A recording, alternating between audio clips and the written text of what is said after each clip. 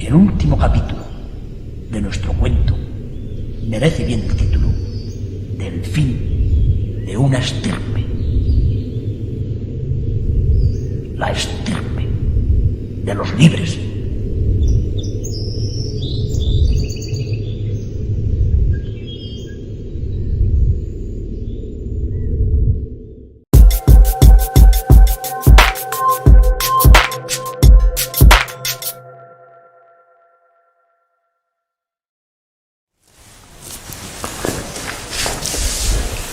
Muy buenas noches a la estirpe de los libres. Y estamos aquí haciendo un resumen. Vamos a ver, yo creo que es tremendamente interesante las claves de todo esto que hemos estado viviendo, ¿no? A lo largo de estas semanas ya, que parece una eternidad. ¿Quién nos iba a decir a nosotros, por ejemplo, no ya hace un año ni hace 6 meses, después de Navidades quizá, ¿no? Que toda nuestra vida iba a cambiar de esta manera tan profunda, tan intensa, iba a remecer literalmente los cimientos de la sociedad occidental, al menos como la conocíamos todos desde que éramos pequeños, ¿no? Yo creo que ni en nuestras peores pesadillas podíamos creer que algo similar iba a ocurrir. Era propio de las películas, ¿no? De esas películas, además, que siempre hay un malo habitualmente y es de donde se escapa el virus, ¿verdad?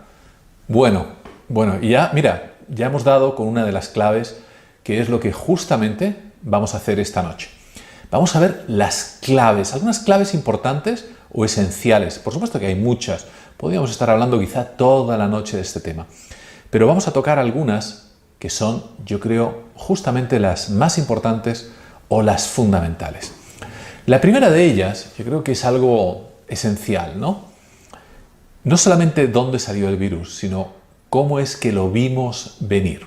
Ya sé que es un tema que algunos seguidores de Cuarto Milenio, evidentemente, lo tenéis ya más que controlado, pero en febrero, a finales de febrero prácticamente, ya estábamos convencidos de lo que iba a suceder. Y luego el tiempo nos ha demostrado que no solamente nosotros lo sabíamos, sino también otras tantas personas, por supuesto, dentro de ciertos estamentos policiales, que además algunos sufrieron en carne propia el haber sido sinceros y eficaces, ¿no? Por otro lado también otros científicos, pero tampoco había que ser especialmente agudo para ver lo que estaba viniendo, sobre todo cuando saltó de China, particularmente a Italia, un país que tenemos ahí a un par de horas realmente, ¿no? A Italia, hombre, es caro, sería caro ir a almorzar y luego volver. Pero sí, es un país donde se puede ir a pasar el día en una reunión de negocios o cualquier historia. Es decir, no es el otro extremo del mundo. Se tarda menos en ir a Italia, por ejemplo, en avión, que en ir a Málaga en coche, por supuesto. Bueno, desde Madrid me estoy refiriendo. El asunto es, ¿qué es lo que pasó? ¿Cómo fuimos capaces de conocer lo que iba a suceder? ¿Que somos muy listos? Bueno, a lo mejor también un poquito, ¿no? Tontos, no. Pero bueno, vamos a ser en serio, bromas aparte. Si uno es un profesional y está permanentemente viendo, tomando la temperatura a las noticias científicas, a la evolución de los acontecimientos, y en una cosa tan grave como un coronavirus que estaba haciendo estragos en China, un coronavirus de la misma familia que el MERS y el SARS, es decir, dos bichos, realmente, perdonadme que les llame así bichos, dos bichos que habían causado una mortandad pues no muy elevada en cuanto a número de personas, pero sí que eran de alta peligrosidad, eso hace que te preocupes evidentemente y hace que investigues fuentes y hace que en un momento vayas a foros de virólogos en Estados Unidos, en Europa, y comiences a informarte. Y empiezas a ver que en febrero comenzaban a estar tremendamente preocupados. Algún virólogo, por ejemplo, con el que yo estuve literalmente intercambiando información en febrero, ya tenía previsto, estoy hablando de febrero, incluso los alimentos que iba a guardar en su despensa para el tiempo de confinamiento. Así de claro lo digo, era febrero, no marzo, ni el 8 de marzo, ni historias. No, en febrero. Ya tenía claro ese virólogo, un virólogo bastante conocido, Ian McKay, que incluso llegó a publicarlo, creo recordar, en su web, acerca de qué tipos de alimentos perecederos, cuáles no, etcétera, etcétera. Bueno, no solamente eso, sino que además pues, se podía observar, insisto, a 2 horas de aquí, cómo el virus iba arrasando literalmente en el norte de Italia, toda la región de Lombardía, y recibíamos, evidentemente, no sé, centenares, miles de personas a diario, con lo cual no había que ser especialmente avezado para saber que era cuestión de días, por no decir casi de horas, que esto nos estallase absolutamente en las manos. Bien. Primera clave, muchos sabían, me incluyo, pero muchas más personas, aparte de nuestro grupo de cuarto milenio, sabíamos lo que iba a suceder y también ahora sabemos que otros tantos lo sabían en organismos oficiales. E incluso se han podido rescatar documentos con fechas de febrero, por ejemplo, incluso de enero, pero de todos modos tampoco había que ser muy listo. Si ustedes se molestan en ver, por ejemplo, la portada del periódico El País 28 de febrero, verán en letras así de grandes que la OMS declara evidentemente su preocupación acerca de la epidemia y de lo que puede venir. Es decir, tampoco había que acudir a fuentes especialmente secretas, aparecían en la portada de los periódicos. Bueno, segunda clave, ¿de dónde sale el virus? Eso es una cuestión al día de hoy que algunos lo tienen aparentemente muy claro, pero otros lo tienen, pues, desde mi punto de vista, además, es una cuestión discutible. Discutible por varios motivos. Bueno, algunos de ellos, como el premio Nobel, por ejemplo, Luc Montagnier, en el 2008, ha dicho clarísimamente, sin pelos en la lengua, de que ese virus está modificado, que tiene incluso algunos fragmentos de su ARN propios del VIH, del virus del SIDA. No solamente eso, sino que incluso otros provenientes de la malaria, del el Plasmodium falciparum, que es el parásito que se nos mete en los glóbulos rojos, los hace estallar, ¿no? Es decir, algo totalmente insólito. Bueno, a veces también es verdad que los premios Nobel meten la pata, es decir, que no aciertan siempre en sus premoniciones o en sus pálpitos, ¿no? Tenemos muchos premios Nobel, como Linus Pauling, por ejemplo, doble premio Nobel, entre paréntesis, en el que defendía a capa y espada la vitamina C para todo tipo de cáncer, etcétera, pero bueno, el pobrecito, cuando tuvo de hecho un cáncer, lo primero que hizo fue ir a la medicina convencional. Imagino que también tomaría vitamina C, que mal no viene, entre paréntesis, en los casos de oncología. Pero Luc Montagnier, en una revista que se llama Frequence Medical, dijo esto y bueno, puede ser más o menos aceptable. Pero me llamó la atención que Mark Lipsitch, el epidemiólogo más conocidos del mundo, ese profesor en Harvard, retuiteó otro tuit de Carl Bellstrom en el que, de alguna manera, mostraba su afinidad por el hecho de que, bueno, vale, el virus no está modificado en el laboratorio, pero tampoco podemos descartar que haya escapado. Yo creo que esa es la clave de la cuestión. Dejemos de lado incluso que el virus haya sido modificado.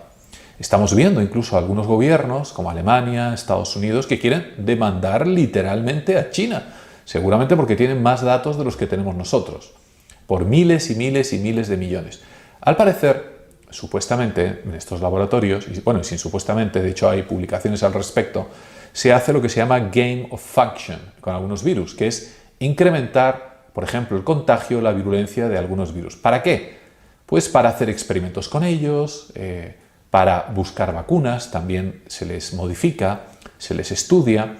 Y en este laboratorio de grado 4, caray, qué casualidad que justo esté en Wuhan, relativamente cerca del centro, a pocos kilómetros, no existe ningún tipo de garantía de que no haya escapado. No solamente eso, por ejemplo, tenemos a Sona Pekova, es otra viróloga bastante importante, que está convencida de que ese virus además ha sido modificado y también escapó del laboratorio. Pero si atendemos a la bibliografía ya publicada, tenemos, por ejemplo, algunos autores griegos en que hablan que el 99 y pico % del RNA del virus pues es propio de un murciélago. Y Iker además creo que os ha hablado acerca de él. Vamos, lo creo no, estoy totalmente convencido de ello, ¿no? Pero no todo el ARN es propio del murciélago. Tampoco es extraño porque los virus van mutando y el ARN también va cambiando. Y es cierto que las cepas también van cambiando. Existen pequeños errores en cada replicación del virus y por lo tanto los hijos, los nietos, los bisnietos, etc., su ARN también es distinto, igual que sucede en el resto de la naturaleza. Son de distintas cepas, los que fueron a Estados Unidos, los que fueron a Sudamérica, los que seguramente estén en África, etcétera, etcétera. Pero existe otro tipo de cuestiones que son llamativas. Por ejemplo, en el mercado de Wuhan no se vendían aparentemente murciélagos, a pesar de lo que nos han contado. Todos los testigos, todas las referencias que hemos leído, pues resulta que eso que nos contaron al principio del consomé de murciélago, pues no se daba en el mercado. Es decir, y hay algo más importante todavía. En dos publicaciones de la revista Lancet, una de las más prestigiosas, en una de ellas, por ejemplo, se advierte que solo el 66% de los enfermos habían pisado el mercado. Y en otra, solo el 49%, es decir, que el 51%, un poquito, algo más que la mitad, ni siquiera había puesto un pie en el susodicho mercado. Con lo cual, evidentemente, nos produce una serie de dudas que yo creo que son importantes, por lo menos la duda, además la duda en ciencia es esencial. Nadie ha podido probar hasta este momento que el virus no haya salido del laboratorio, ni tampoco todo lo contrario. No quiero ser mal pensado con los chinos ni con los científicos chinos, pero tampoco me imagino realmente al director del laboratorio chino del de virología de Wuhan grado 4 admitiendo públicamente, lo siento, pero todo este desastre es por nuestra culpa y se escapó del laboratorio. Y os recuerdo que no es algo que quizá alguno que me esté viendo diga, eso es imposible. Ya ha habido casos de escapes de virus del laboratorio, de anthrax y de otro tipo de también de amenazas biológicas en el pasado. Es decir, no hubiese sido tampoco la primera vez. La cuestión es que, por H o por B, quizá el virus no esté modificado, pero nadie ha podido comprobar que no haya escapado del laboratorio, ni tampoco todo lo contrario, cuando muchos datos apuntan justamente en esa dirección. Esa es la primera clave, desde mi punto de vista. Pero vamos a ir viendo más claves acerca de esto. Bueno, yo creo que otra, también es importante, es el tema de las autopsias. En China se hicieron un par de ellas a principios de año. Y los descubrimientos realmente fueron importantes. ¿Por qué? Observaron que había un aumento de las secreciones, que al apretar los pulmones, por ejemplo, salía un líquido viscoso, un líquido transparente, que era la que realmente evitaba el intercambio gaseoso dentro de lo que es evidentemente el pulmón y lo que son lógicamente las pequeñas arterias y vasos venosos donde se produce este intercambio. Vale. Bueno, hasta ahí nada del otro mundo. El profesor Liu Liang, que es el autor de este estudio, es un par de autopsias, pero puso también el dedo en la llaga. Es decir, tengo que verlo aproximadamente para ver, son muchos datos con esto. No había prácticamente fibrosis, que es un tejido conjuntivo de relleno, eso es muy normal porque los pacientes pues realmente morían a los pocos días, a los 20 y tantos días, 15 días aproximadamente de media, ¿no? Pero descubrió algo, yo creo, tremendamente importante. Y es que la persona literalmente se ahogaba. Pero se ahogaba no solamente por el líquido, sino porque también había microtrombosis dentro de esos vasos. Esas microtrombosis lo que hacen es ocluir, igual que en un desagüe, igual que en un lavabo, igual que, no sé, en cualquier sitio, ¿no?, donde fluya un líquido, obstruye el paso de la sangre. Al no poder pasar la sangre, evidentemente no se puede oxigenar. Y la persona tiene sensación de disnea, de que evidentemente no puede respirar y finalmente se asfixia. Estas microtrombosis se daban también en otros sitios del organismo, como por ejemplo en los glomérulos renales, que son aquellas estructuras básicas que tiene el riñón para poder filtrar la orina. Y ya sabéis vosotros que si nuestros riñones no funcionan, pues es otro motivo también importante para morirse. De hecho, lo que suele ocurrir muchas veces es literalmente un fallo multiorgánico, porque el corazón también tenía problemas y estaba inflamado, con lo cual comenzaba a fallar el corazón, comenzaba a fallar los pulmones, comenzaban a fallar los riñones, que de hecho es lo que sucede a muchas personas. Y esto a su vez plantea otra de las claves.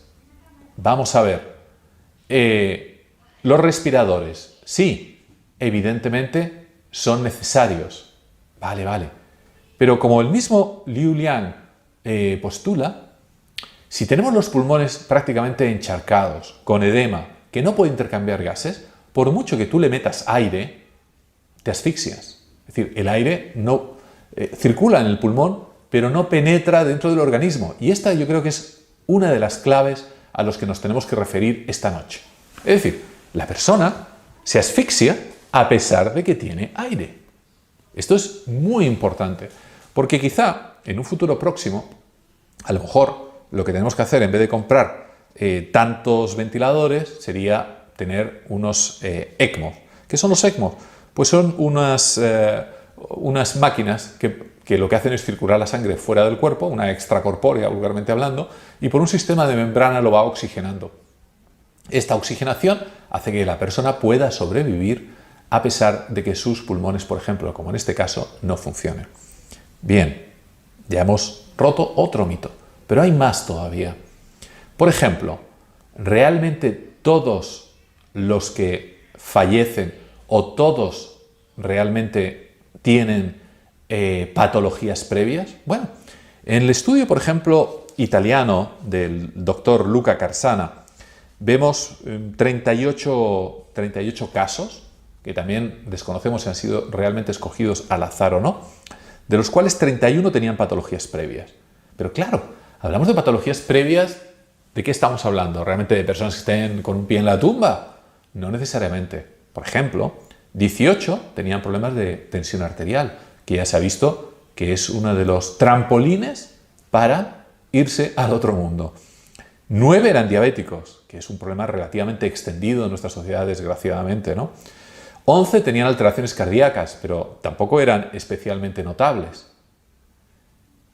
3 tenían alteraciones pulmonares previas. Fijaros qué interesante. Es decir, de 38 pacientes, uno hubiese pensado que sobre todo los que tenían patologías de tipo respiratorio serían los más afectados. Pues no, solamente había 3 con patologías respiratorias. ¿Qué observaron? Pues un daño alveolar difuso, congestión, como era de esperar, necrosis en las células del pulmón, este edema, hiperplasia, atipia, La típica, habéis oído esa palabra muchas veces en los frotis vaginales, ¿no? Cuando se va al ginecólogo y se observa a ver si hay alteraciones en las células como un indicio precoz de cáncer. Pues había en el pulmón, pero no por cáncer, evidentemente, sino seguramente por el proceso inflamatorio, por la rápida replicación de las células. Bueno, había muchos trombos, evidentemente, y, muy importante, había virus, por supuesto, en las membranas plasmáticas y en el citoplasma, en la parte de dentro de las células, pero también una sustancia, la dímero D elevada. ¿Qué es esta sustancia? Pues son productos de degradación de la fibrina, que es una molécula que interviene, una vez más, lo habéis adivinado, ¿verdad?, en la coagulación. Entonces, fijaros en esta clave tan interesante. ¿De qué estamos hablando? ¿Estamos hablando realmente de un problema estrictamente respiratorio? ¿O estamos hablando de un problema que es verdad que es respiratorio, porque no puede respirar, pero cuyo origen se encuentra, propiamente dicho, en la circulación de la sangre? Esta es, desde mi punto de vista, yo creo, uno de los principales claves de toda esta enfermedad, a la hora, sobre todo, de poder hacer el tratamiento. Bueno, vamos a seguir con más claves acerca de esto. En este caso, nos vamos a alejar un poquito del tema fisiológico, ¿no? Vamos a hablar de las mascarillas famosas. Al día de hoy todavía veo personas y nos escriben y gente en la tele. ¿Os dais cuenta que estamos ya a finales de abril y todavía hay discusiones con las mascarillas? Vamos a dejarlo claro. Las mascarillas, desde el siglo XIX, un conocido médico rumano observó que aquellos que tenían mascarilla, aquellos médicos profesionales que usaban mascarilla, se contagiaban y, por otro lado, contagiaban menos, producían menos infecciones en terceros. ¿Qué quiere decir esto?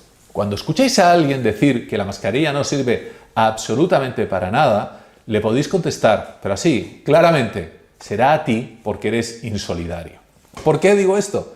En primer lugar, porque protege a los demás. Dejemos ya de discutir esta estupidez de verdad, es que parece mentira, ¿no? 28 de abril y todavía estamos hablando de que es la mascarilla sí. Por supuesto que hay que llevar mascarilla, sin lugar a dudas.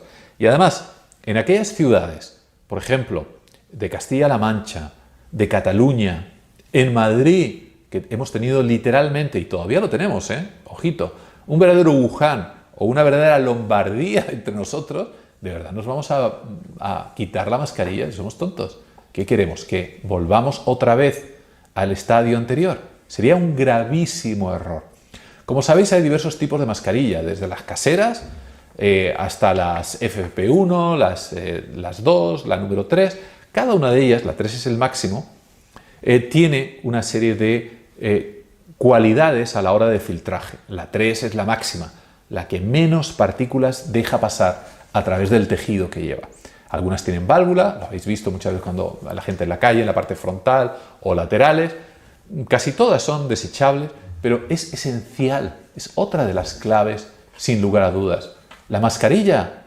Por supuesto que sí, pero vamos, no lo dudéis.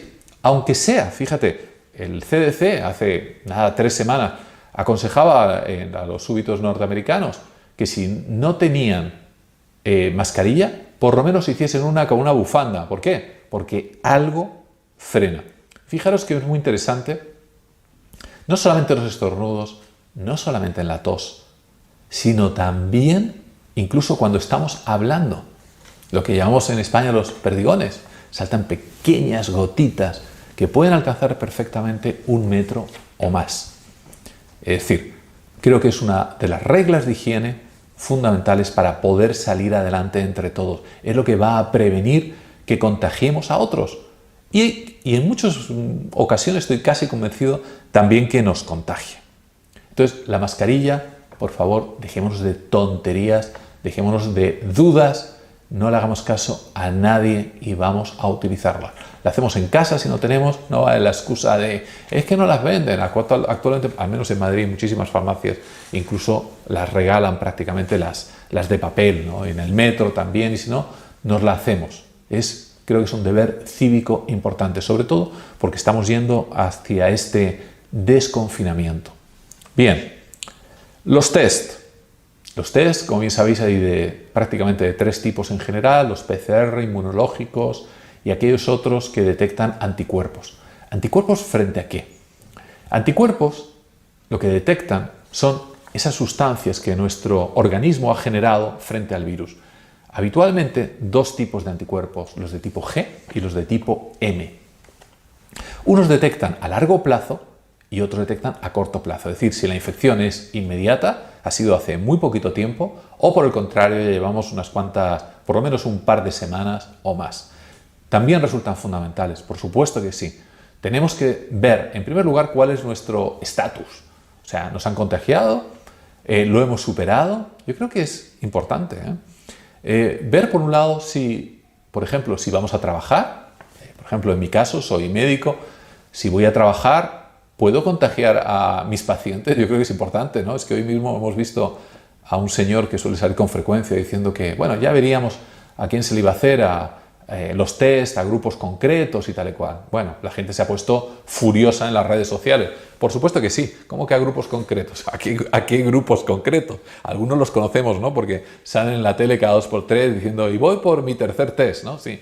Pero la gente de la calle, y no solamente la gente de la calle, sino mis compañeros profesionales, evidentemente, pues no. Muchos todavía, aunque parezca mentira, están esperando los test. Entonces los test resulta fundamental para reconocer los casos, para reconocer aquellos que puedan ser portadores asintomáticos, es decir, que lo porten, que puedan contagiar a otros, pero que no les pase nada, y también para saber si hemos pasado o no la enfermedad. Yo creo que es tremendamente importante a la hora de ir relajando la mano. Justamente ahora van a empezar a hacer los estudios de campo para saber, con llamadas telefónicas y citar en el ambulatorio, cómo es el estado de la cuestión. Bueno, más vale tarde que nunca, ¿no? Hubiese sido peor en Navidades, que es lo que ya prácticamente veía venir. Esto es lo normal, se hace en todos los países en las primeras 2 semanas aproximadamente, porque si no vas totalmente a ciegas. Pero bueno, más vale tarde que nunca, no vamos a criticar gratuitamente tampoco, pero que tengamos la posibilidad de hacernos test. Yo he defendido incluso la venta de test en las propias farmacias. Algunas asociaciones de farmacias se han ofrecido también a hacerlos en las propias farmacias, si no, que se lo vendan o no sé, si regalen. Al final todo lo pagamos con los impuestos, o sea que no hay nada regalado.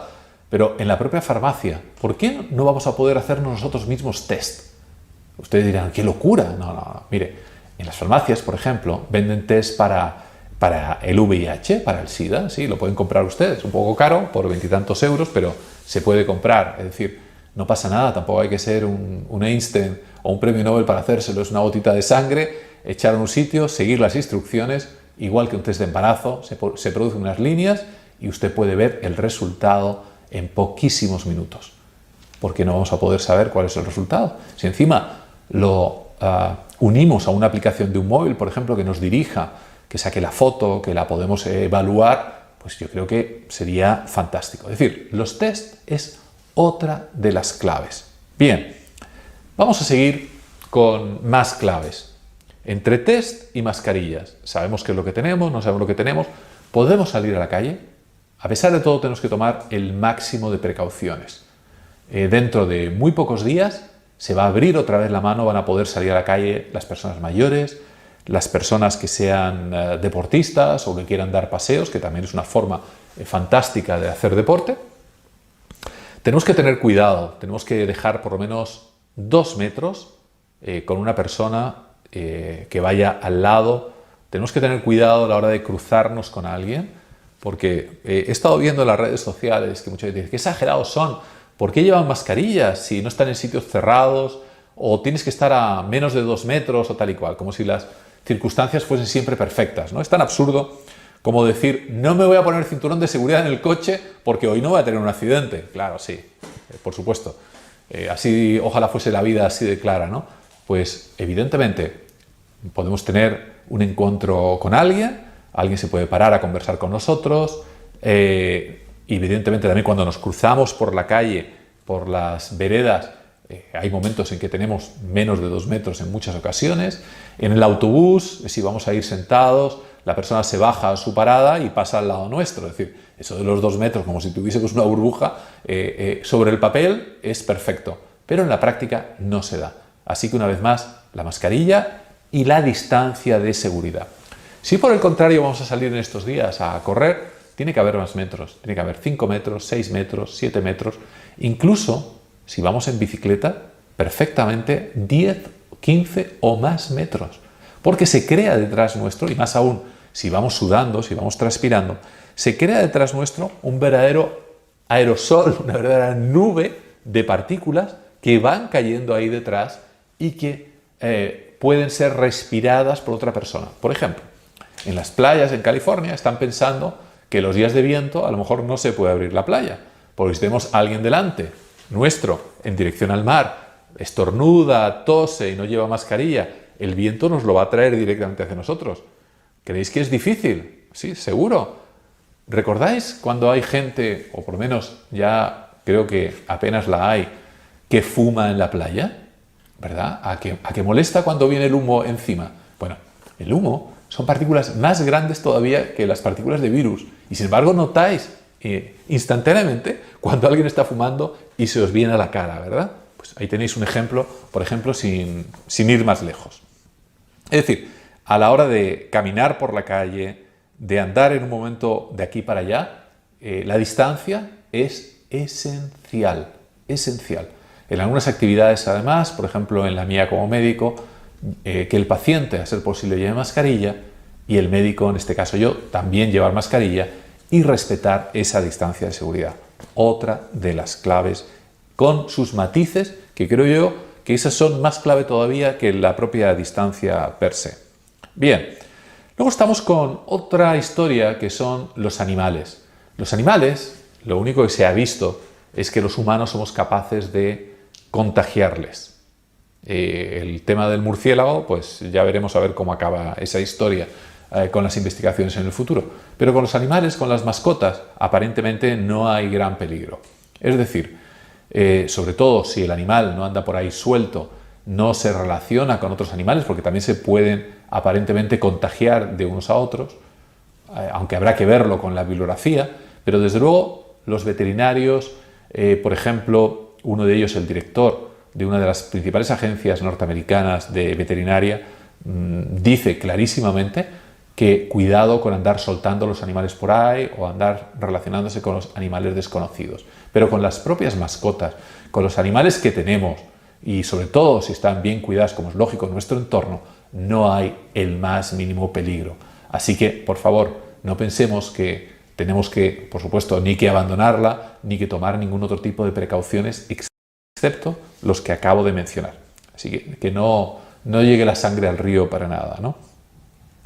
Otra de las claves, yo creo que son las vacunas. Las vacunas se está produciendo un efecto de aceleración tremendamente importante.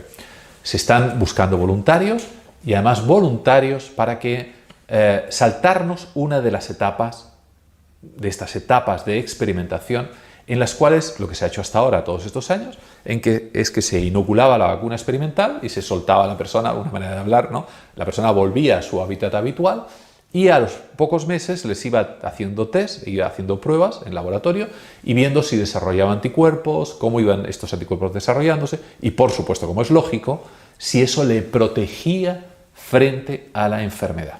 Bueno, como no podemos estar esperando meses y meses y meses, lo que se está haciendo es inocular la vacuna a la persona y exponiéndola directamente, sobre todo a aquellas personas que se encuentran en ambientes donde hay mucho virus del COVID-19, exponerlas y hacer las pruebas no varios meses después, sino como supuestamente se le está exponiendo de una manera intensa, muy poco aleatoria, sino más bien forzada, pues a los 15 días hacerle estas pruebas en vez de varios meses después.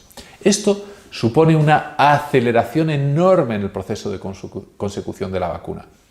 La vacuna esperemos que esté con nosotros, pero otra de las claves, aparte de la vacuna, es que no tenemos la seguridad de que funcione. Por supuesto que esperemos estar equivocados, lógicamente, ¿no? Pero os recuerdo, os lo he dicho más de alguna vez, que llevamos varias décadas esperando la vacuna del VIH, del SIDA, y no ha habido manera de lograrla. Por otro lado, en vacunas más vulgarcitas, de alguna manera, que tampoco es una manera de hablar, ¿no? Como por ejemplo la gripe, resulta que cada año hay que hacer una vacuna distinta, porque las cepas van mutando. Veremos a ver qué pasa con el virus, el coronavirus, este maldito, si va mutando. Y qué porcentaje, qué fiabilidad, qué protección nos va a poder otorgar esta vacuna. Porque para liarla un poquito más, también habéis visto, la OMS lo dijo hace horas, como quien dice, que tampoco, ya esta es otra de las claves, tenemos la garantía, la absoluta garantía de que alguien que haya sido infectado va a ser inmune. Dios mío, ¿no? Lo que nos faltaba ya. O sea, es decir, lo pasas mal, te enfermas, supuestamente tienes anticuerpos y estos anticuerpos pueden ir decreciendo con el tiempo. De hecho, ocurre en algunos otros coronavirus y pocos meses después resulta que estás virgen, como el primer día. Bueno, tampoco exageremos lo de virgen, pero sabéis por dónde van los tiros, ¿verdad? Es decir, una clave importante. Por último, tenemos las consecuencias psicológicas de todo esto. Como médico y como psiquiatra, realmente han sido, en algunos casos, feroces. Por un lado, tenemos aquellas personas que ya padecían enfermedades de tipo psiquiátrico, tremendamente vulnerables, ¿no? Depresivos, trastornos obsesivos compulsivos, personas con cierta tendencia a la autolisis, a quitarse la vida, personas con adicciones. Por ejemplo, en nuestro centro, en Neurosalud, se nos ha disparado durante este tiempo la demanda. ¿Por qué? Lo hemos podido ver en muchos reportajes televisivos. El consumo de alcohol, por ejemplo, realmente se ha sumado al estado de ánimo. Evidentemente el alcohol es el ansiolítico y antidepresivo más antiguo del mundo. No es nada recomendable como tal beberlo, pero es utilizado de manera milenaria, ¿no?, por generaciones enteras.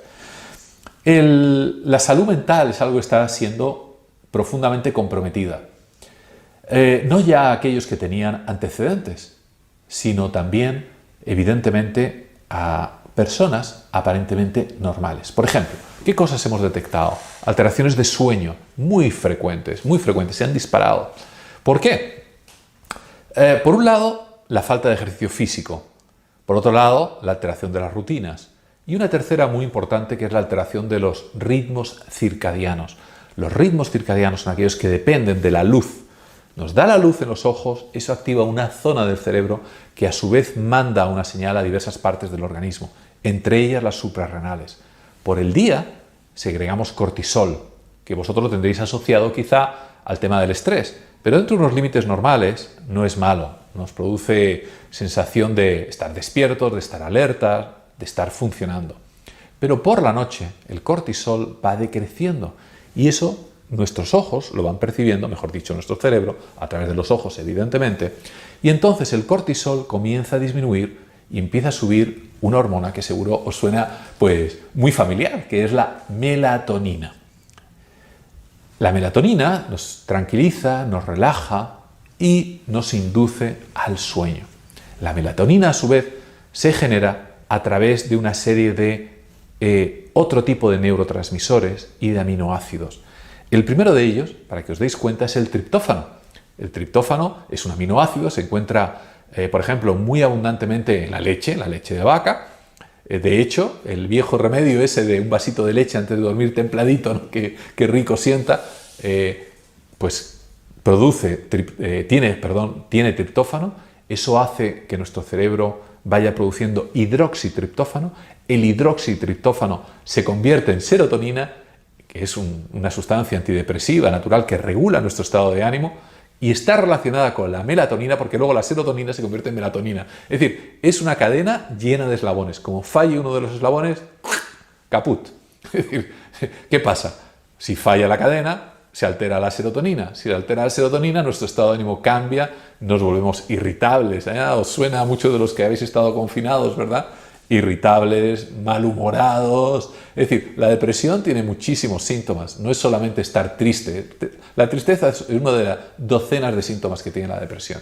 Otros, evidentemente, la anedonia, dejar de disfrutar de las cosas de las que disfrutabas antes, las alteraciones del sueño, la irritabilidad, de repente que no poder mirar hacia el futuro, sino mirar hacia el pasado. Es decir, montones de síntomas. Y eso tiene que ver muchísimo, entre otras cosas, con la luz, hasta el punto que en muchos países nórdicos existe una terapia que se llama fototerapia. Son lámparas, habitaciones en ocasiones pintadas de blanco, en las que la persona Se le alarga el día artificialmente, si allí en un momento determinado amanece a las 10 de la mañana, por ejemplo, en Oslo, en Estocolmo, pues te vas 2 horas antes, a las 8 de la mañana, a leer el periódico en esta sala que tiene aproximadamente unos 15.000 lux, es decir, como la luminosidad del sol, y alargas el día por la mañana y luego por la tarde, si anochece a las 3 de la tarde aproximadamente, pues la alargas otro par de horitas. A los que tengáis interés en este tipo de cosas científicas, os recomendaría bajaros alguna de las aplicaciones que hay muchísimas en tanto el sistema iOS para Apple como Android, que miden la luz y la mide con vuestro móvil. Es muy interesante, lo digo porque os va a gustar. Bajáis la aplicación y con la cámara del móvil mide aproximadamente los lux que hay. Los lux es una medida de luminosidad.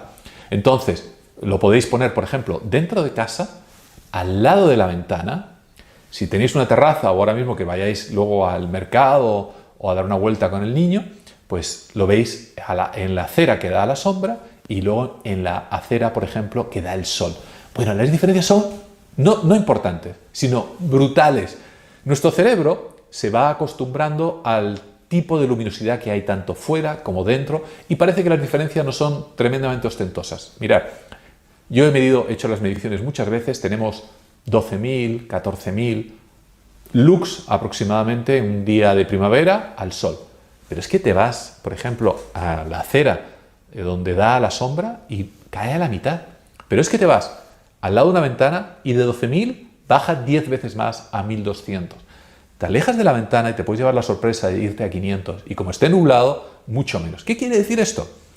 Os aconsejo, cuando salgáis al mercado, cuando salgáis a pasear con el niño o a partir de ahora hacer deporte, elijáis las horas, a ser posible, de mayor luminosidad. Mediodía habitualmente, como es lógico, ¿no? Por otro lado, si tenéis una terraza, intentar pasar el mayor número de horas leyendo en la terraza o trabajando con una luminosidad lo más ostentosa posible. Si no tenéis terraza, por lo menos localizaros al lado de una ventana para hacer vuestras actividades. De esa manera vais a poder amortiguar realmente todo este tipo de cuestiones. Bueno, yo creo que os he dado un montón de claves, podemos estar hablando muchísimo más, ¿no?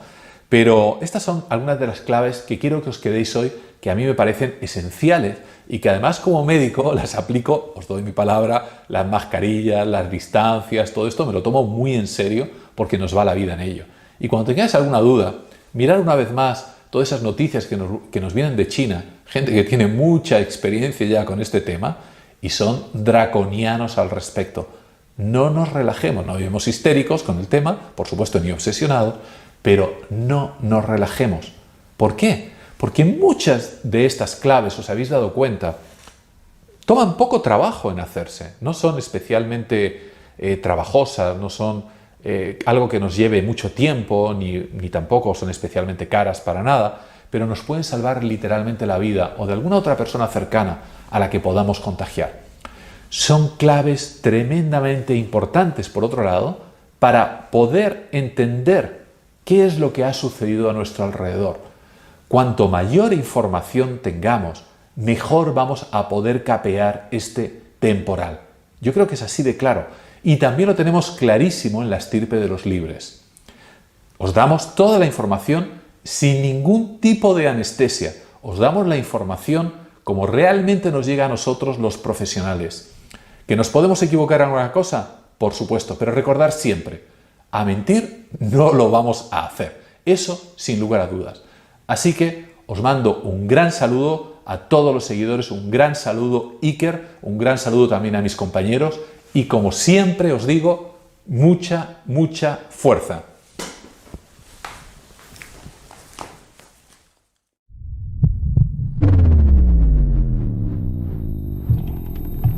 Algo vive en las sombras, alguien está siempre en el umbral. Desde el inicio de todos los inicios, desde el mismo principio de la materia. Es una vieja canción, una danza, una batalla, dos perspectivas, dos rostros, sombra y luz.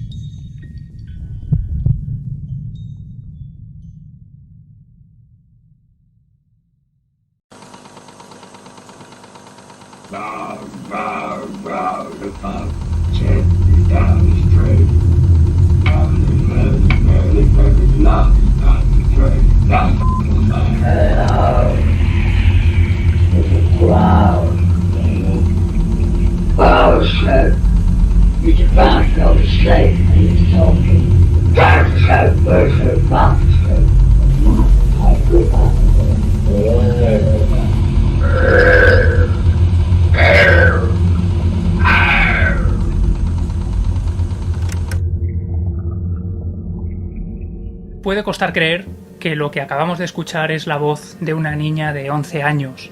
Es sin duda uno de los casos poltergeist considerado por algunos como el mejor documentado de la historia.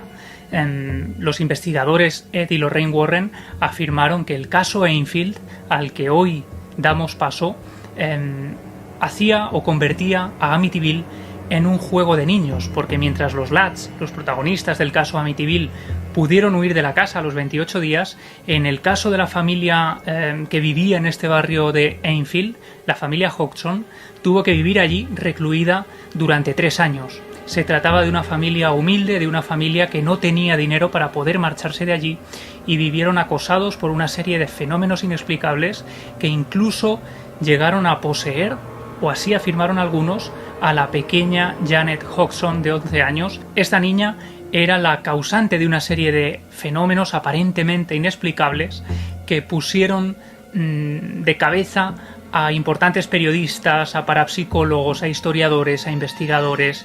Y hoy es importante, yo creo, hablar de este caso porque ha aparecido una nueva publicación, este libro que tengo aquí, de Enfield Poltergeist Tapes, las cintas del caso Enfield, porque, como os decía, este caso fue uno de los mejores documentados de la historia. Está lleno de filmaciones, de fotografías, de audios, y ahora este investigador, Melvin Willing, que es un archivero, ha tenido acceso a las más de 100 horas que los investigadores que estuvieron en la casa registraron allí, obteniendo además material muy interesante que nos ofrece una perspectiva muy peculiar sobre este caso en concreto. Un caso muy oscuro, os aviso ya, un caso lleno de sonidos, de voces, de gruñidos casi animalescos que salían de la voz de la pequeña Janet Hodgson. Pero quiero que nos remontemos al principio, a 1977, a una noche de verano, agosto.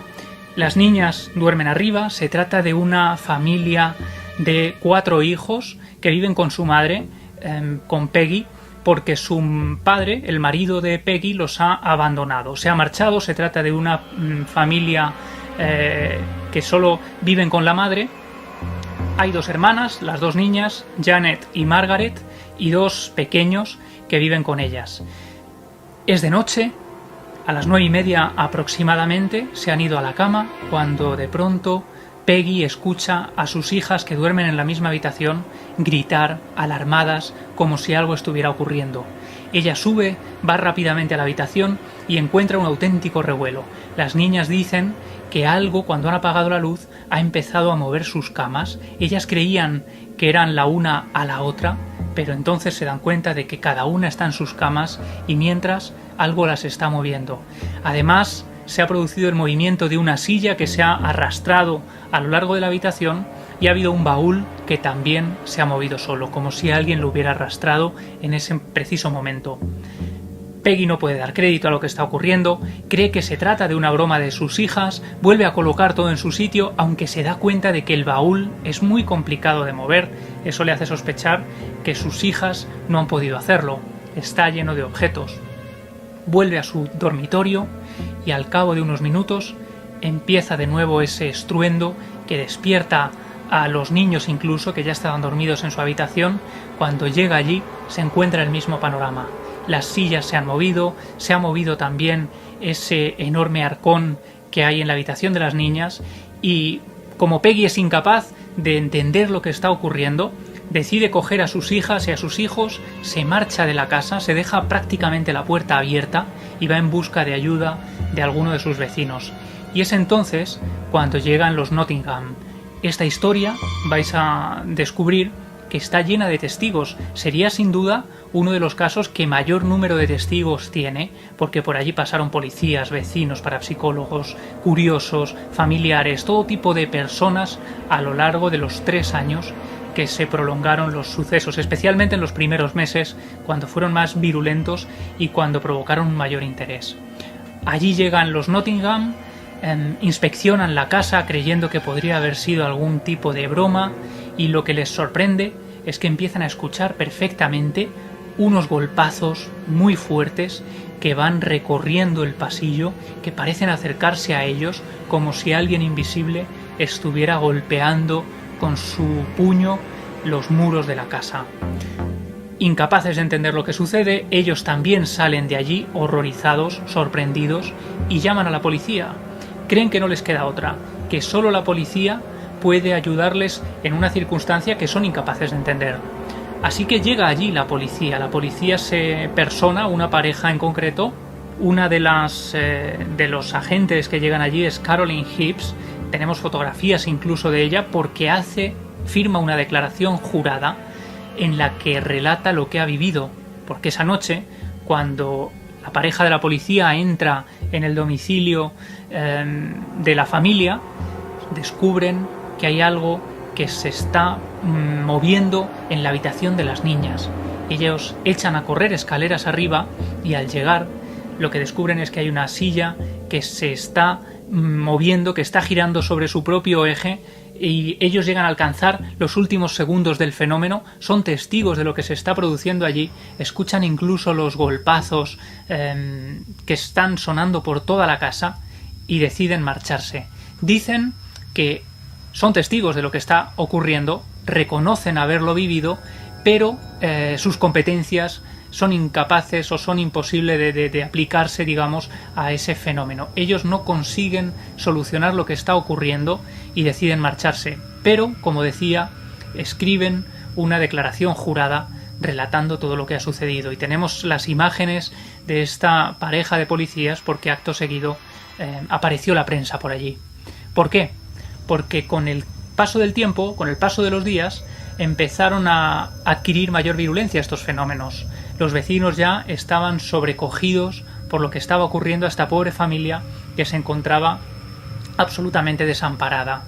Allí llegan, intentan ayudarles noche tras noche, y noche tras noche ven cómo la familia, como Peggy, se recluye con sus hijos, a veces fuera en la calle, esperando que llegue el amanecer, y otras en el interior del salón de la casa.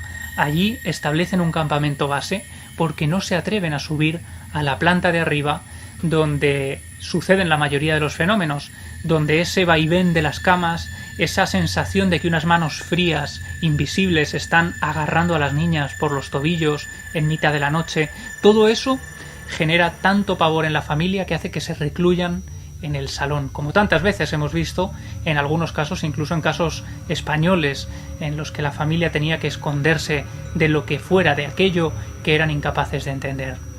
Así que los vecinos llaman a la prensa, son incapaces de entender lo que sucede e intentando ayudar, intentando que el caso llegue a un mayor número de personas, piden ayuda a través de los medios de comunicación. Los primeros en llegar son los periodistas del Daily Mirror, con Graham Morris como fotógrafo a la cabeza.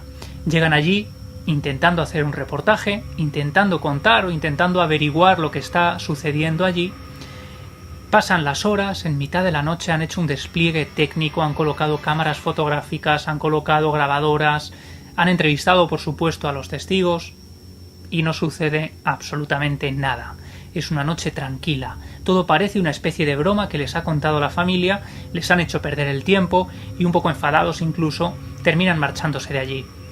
Recogen todo, meten los objetos en el maletero y cuando están a punto de arrancar ven abrirse la puerta de esa casa de Green Street en la que están sucediendo los fenómenos, ven salir a Peggy con uno de sus hijos pequeños en brazos y decirles que por favor vuelvan adentro porque se están repitiendo los sucesos, porque todo se está moviendo, porque han vuelto los golpes, porque son incapaces de estar dentro de la casa porque están asustados realmente. Así que los periodistas vuelven corriendo, vuelven rápidamente al interior del domicilio, y entonces, cuando Graham Morris está sacando su cámara de fotos en la habitación de uno de los niños, hay una pieza de Lego, una pieza que sale disparada a toda velocidad y le golpea en la cara. Es entonces cuando Graham Morris, que había acudido allí como un hombre absolutamente descreído, que no creía o que pensaba que estaba cubriendo una noticia absurda, se queda asombrado, se queda alucinado. Vuelve a la redacción con las primeras luces del amanecer y con la idea o con la imagen de esa pieza volando desde un lugar en el que no había absolutamente nadie. A Graham Morris le resulta imposible que nadie de la familia hubiera podido lanzarle ese objeto, ese juguete. Así que en la redacción del programa contacta con la Sociedad para la Investigación Psíquica de Londres en busca de ayuda, en busca de algún parapsicólogo que pueda orientarles. Y es entonces cuando entra en acción, cuando entra en esta historia, un personaje que será realmente fundamental, un personaje que es Maurice Grosse, que junto a Guy Lyon Playfair ellos hacen un libro interesantísimo, quizá el más completo sobre el caso Enfield, This House is Haunted, esta casa está encantada, un libro brutal lleno de imágenes, porque ellos, tanto Graham Morris, el fotógrafo del Daily Mirror, que queda sobrecogido, él empieza a acudir de manera recurrente con estos investigadores de lo paranormal. Guy Lyon Playfair y Maurice Grosse se convierten sobre todo en los dos cronistas imprescindibles para entender esta historia. Maurice Grosse tenía ya una historia fundamental a sus espaldas que le hace implicarse por este caso especialmente. Él había trabajado o había sido alistado en la artillería real durante la Segunda Guerra Mundial. De hecho, participó en esa batalla de Dunkerque, y además tiene una historia triste y trágica a su espalda, porque en los años 70 había perdido a su hija en un accidente de moto, un accidente inesperado, y de pronto la vida de este hombre cambia por completo y decide investigar el misterio, decide intentar explicar qué es lo que le ha sucedido a su hija, dónde puede estar, si existe un lugar donde ella pueda estar recibiendo información de su familia. Entonces ve en el caso Enfield un filón fundamental para intentar hallar respuesta a sus incógnitas. Graham Morris le recibe con los brazos abiertos. Él es la persona que llama a estos investigadores de lo paranormal. Maurice Grosse entra con todo su aparataje, con algunas cosas que ha diseñado él también, y empiezan a indagar. Durante más de un año, Graham Morris, Maurice Grosse, Guy Lyon Playfair son personajes fundamentales en esta investigación, porque intentan aportar datos con la tecnología, con la información y con las ganas de saber que ellos tenían. Maurice Grosse, de hecho, llega a mudarse durante más de un mes al interior de la casa para saber lo que está sucediendo. Hay un dato muy interesante que sabemos gracias a este libro que acaba de publicarse, y es que hay un investigador alemán que en España conocemos bien. Se trata de Hans Bender. Él fue uno de los personajes que investigó en profundidad el caso Belmez en España, un caso que desde luego fue muy seguido, tuvo mucho recorrido, y gente o personalidades internacionales se interesaron por él. Él sugiere la teoría de que en un momento dado las niñas encuentran en el investigador del misterio, en Maurice Grosse, una figura paternal, una figura que ellas, en este caso, que las niñas tenían como una gran ausencia en su vida, y de pronto adoptan a esta figura como un personaje importante, ¿no? Como si fuera esa figura paterna que faltaba en el domicilio, porque claro, Maurice Grosse, como digo, empieza a dormir en la casa, intenta arrojar información, presta especial atención a las niñas, quiere saber realmente qué es lo que está sucediendo, también por su ausencia en este caso. Hay una ausencia de familiares y de afecto en las dos partes. Sin embargo, Maurice Grosse siempre dijo que para evitar eso, sabiendo muy bien que las niñas requerían de un afecto especial, él siempre se había mantenido en una distancia para que no sucediera nada de ese tipo, para que las niñas no lo vieran como una figura paterna, como esa figura paterna que estaba ausente en la casa. Con el paso de los días, Maurice Grosse y Guy Lyon Playfair van relatando, lo cuentan en su libro, cómo van colocando cámaras, van colocando grabadoras por diferentes zonas de la casa, y yo creo que es buen momento para escuchar un nuevo documento sonoro que nos demuestra la existencia de esos raps. Los raps, los golpes invisibles, producidos por manos invisibles, que son audibles en tiempo real, que son registrados por las cámaras, por las grabadoras del equipo de Maurice Grosse y que tienen un origen inexplicable. Ellos los escuchan en diferentes zonas de la casa, en zonas vacías en ocasiones, en zonas donde no hay nadie, y son testigos y pueden registrarlos. Vamos a escucharlos. And that night I went to bed. Can't remember exactly what happened.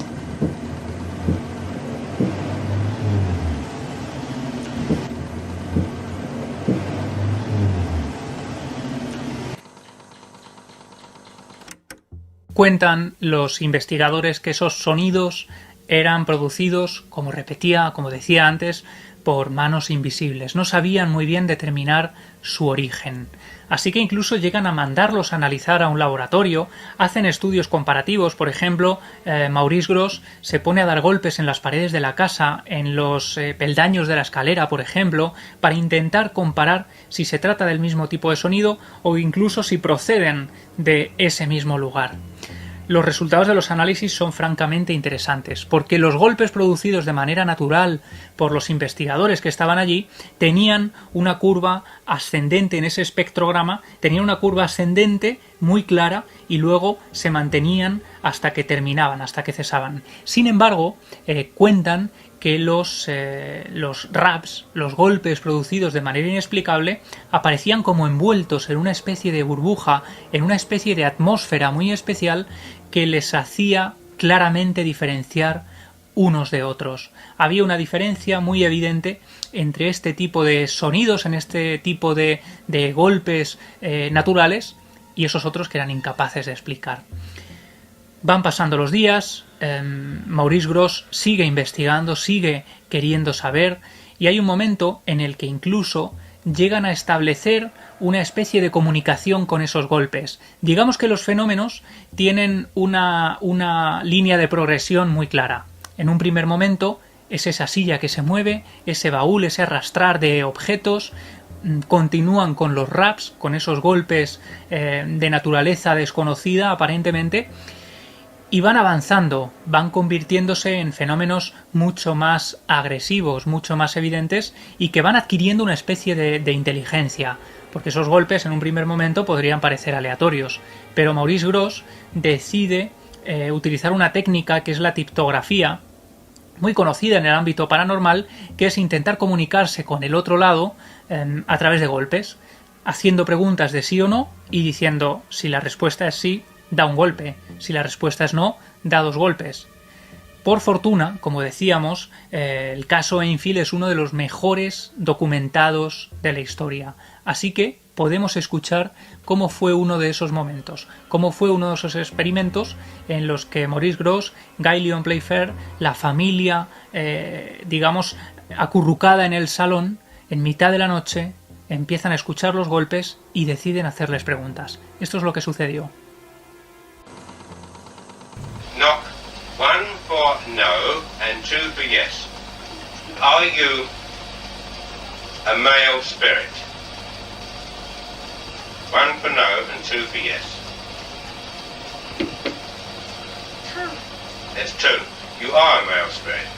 Did you used to live in this house? You did.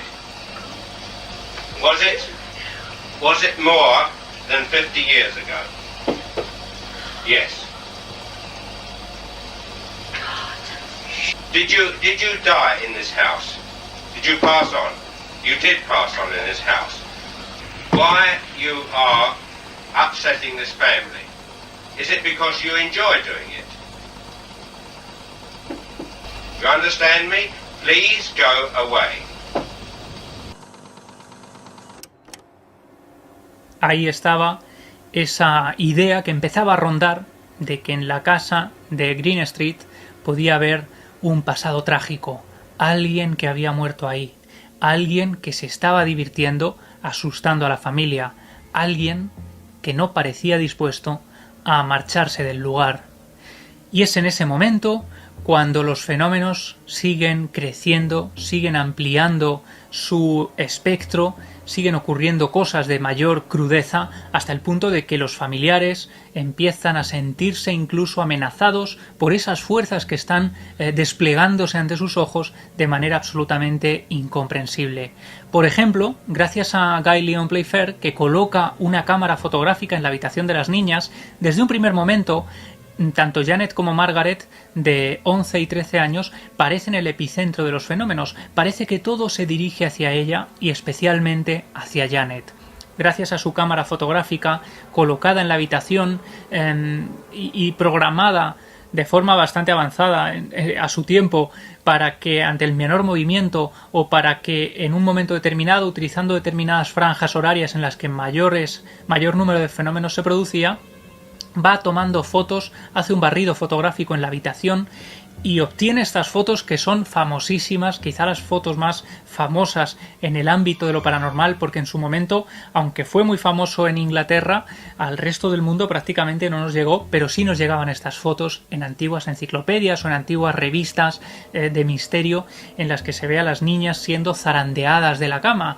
Son fotos muy discutidas. Una de ellas, por ejemplo, muestra un fenómeno que Janet contó en varias ocasiones y que Maurice Grosse relató también en algunos de sus escritos, en los que, por ejemplo, las cortinas, decía que en la habitación de las niñas las cortinas se iban enrollando como si tuvieran vida propia, como si fueran una serpiente, silenciosamente, hasta lanzarse al cuello de las niñas, en el caso concreto de Janet, porque era la que dormía junto a esas cortinas, hasta intentar estrangularla. Ocurre lo mismo con una almohada. Hay una serie fotográfica que tiene que ver con una almohada que parece moverse de una diapositiva a otra porque los enseres de la cama, contaban las niñas y los investigadores, se iban cambiando de sitio permanentemente. Una de las fotografías que más se ha intentado explicar, que más se han estudiado, es esta foto en la que vemos a Janet como siendo lanzada de la cama. Parece que está saltando. Algunas personas, por desgracia no tenemos vídeo, pero tenemos estas fotos, han investigado la secuencia completa, las poses de Janet, si estaría saltando o no. Lo que cuentan los investigadores es que no, es que la niña sale disparada de la cama como si algo la estuviera sujetando con fuerza, y desde luego el rostro de Margaret, el rostro de su hermana, si se tratara de una broma, o el rostro de la propia Janet, serían grandes actrices. Tienen rostros de auténtico pavor, de auténtico terror, que son evidentes. Y de hecho, hay un momento dado en el que Janet, como foco fundamental de los fenómenos, parece estar siendo especialmente agredida, parece incluso fruto de la histeria, porque tiene auténtico pavor. Imaginemos una situación similar, ¿no? Seríamos posiblemente incapaces de dormir. Así que en un momento dado, los médicos inyectan 10 miligramos de Valium a Janet para intentar calmarla, para intentar que duerma de seguido, porque empieza a estar cada vez más agotada, más ojerosa, con rostro de absoluto cansancio.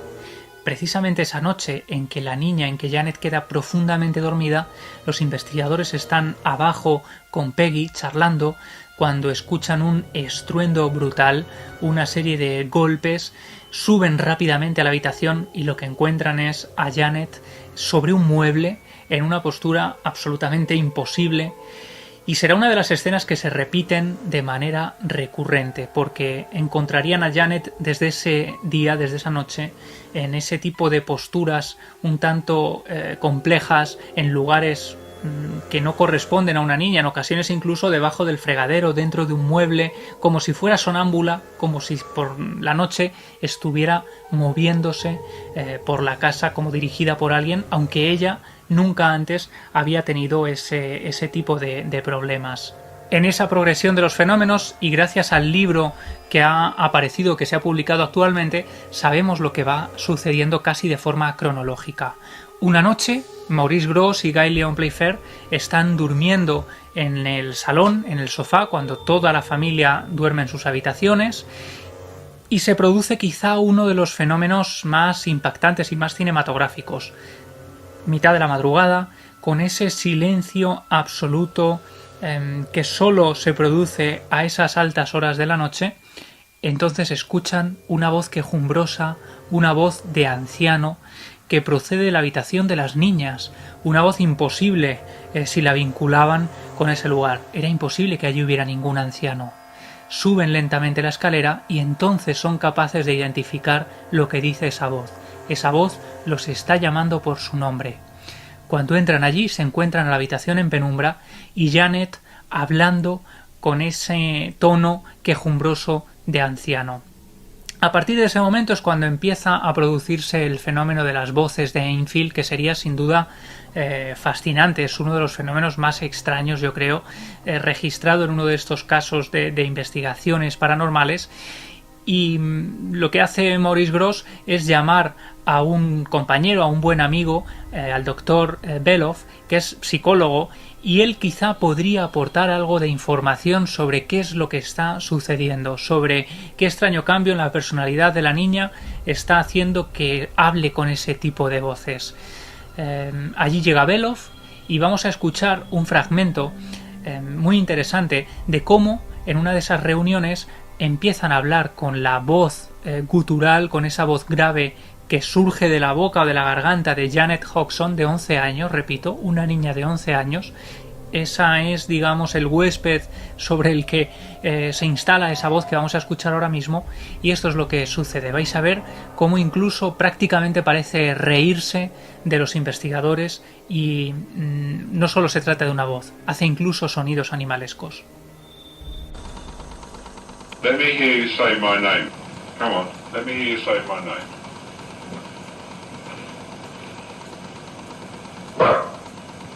That's not my name. Come on, my name's Morris. Let me hear you say it. Morris. Say Dr. Belloc. Come on, let me hear you say that. Come on, say it for me, Dr. Belloc. Dr. Belloc. Van pasando los días y esa voz va adquiriendo mayor presencia. Lo que ocurría solo en contadas ocasiones, quizá unos minutos al día, va produciéndose a lo largo de horas y horas. Dice Graham Morris, allí presente, también, por ejemplo, Maurice Grosse, Guy Lyon Playfair, relatan que a veces hay conversaciones de hasta 3 horas de duración con la niña hablando con esa voz. Dice Janet, cuando vuelve en sí, cuando vuelve a su estado normal, que ella no siente que la voz proceda de su interior, sino que parece que viene de detrás de ella, a unos milímetros de su espalda, de su cuello, como si se tratara de un ventrílocuo invisible utilizándola para decir ese tipo de frases. Frases además que tienen un alto contenido sexual, impropio para una niña de 11 años, que utiliza a veces incluso verbos muy complicados, muy complejos, formulaciones verbales. Dice, por ejemplo, que es una voz que viene del otro lado y que está acompañada de una jauría de perros que la protegen. Dice también en un momento dado que es la voz de un soldado muerto y enterrado en el jardín de la casa tiempo atrás. Eso no se sabía hasta ahora, hasta la investigación de este Melvin Wheeling, de este archivero, que ha escuchado, ha tenido acceso a las más de 100 horas de grabaciones en las que esta voz es prácticamente una protagonista fundamental. Dice también que es un niño que murió tiempo atrás y que fue enterrado en el jardín también. Es como si la voz fuera modificando los mensajes que está lanzando, como si estuviera intentando jugar con los investigadores, hasta que un día da una clave fundamental. Dice ser la voz de Bill Wilkins, un hombre que murió precisamente en esa casa exacta. Tenemos también el momento en el que da información la supuesta voz de Bill Wilkins de cómo falleció. Vamos a escucharla. I want you to tell me whether you remember what happened to you when you died. Just before you died and just after you died? 2 days before I died, I went blind. Then I had an hemorrhage and I fell asleep and I died in a chair in the corner downstairs. Los investigadores, sorprendidos por este nivel de información, llegan también a hacer varias pruebas sobre la niña, porque se barajan varias hipótesis, y una de las que cuentan en este libro recién publicado es que a la niña le llenan la boca de agua para ver si la voz sigue surgiendo de su garganta, y relatan que efectivamente sigue produciéndose esa voz gutural, siempre lanzando mensajes que tienen que ver con la muerte, con amenazas, con mensajes desagradables, y en un momento dado llega a decir que se trata de este Bill Wilkins. La figura de Bill Wilkins sería recurrente a lo largo de los días. Es el personaje fundamental que se manifestaba a través de Janet y genera un interés especial en los investigadores. Creen que en este caso podría no tratarse de un farol, podría tratarse de algo auténtico. Así que empiezan a investigar y descubren, sorprendentemente, aquí viene un giro que parece de ciencia ficción, pero así aparece en los documentos originales de la investigación, descubren que en esa casa vivió un hombre llamado Bill Wilkins. Van tirando del hilo y consiguen localizar al hijo de Bill Wilkins. Se ponen en contacto con él y es sorprendente. Imaginaos la escena porque le colocan o le ponen la grabación de Janet Hodgson hablando como si se tratara de su padre, fallecido tiempo atrás, y él se queda muy impactado. Dice que lo primero de todo es que su padre era un hombre afable, un buen hombre, que no utilizaba ese lenguaje grosero. Dice que también es cierta la información que ha dado de que ese hombre murió sentado en una silla, en una butaca, debajo de la escalera, un lugar en el que él le gustaba sentarse especialmente. Pero no fallece de una hemorragia, como dice la voz. Es muy interesante porque la investigación ha continuado a día de hoy y hay personas que han encontrado incluso el certificado, el acta de defunción de Bill Wilkins, y han encontrado también su tumba, la tumba de este hombre, en un cementerio cercano al barrio de Enfield. Lo que cuenta el hijo es que su padre, y así aparece también en los documentos médicos, falleció de una trombosis coronaria, y es muy inquietante la idea que lanza en ese momento el hijo de Bill Wilkins, y es que dice: tengo la sensación de que ese no es mi padre, pero parece alguien intentando imitar a mi padre. La sombra del fraude, por supuesto, sobrevoló el caso durante toda la investigación, sobre todo en los primeros meses, cuando aparecía en los recortes de prensa, cuando aparecía en los medios de comunicación, cuando aparecía en la BBC.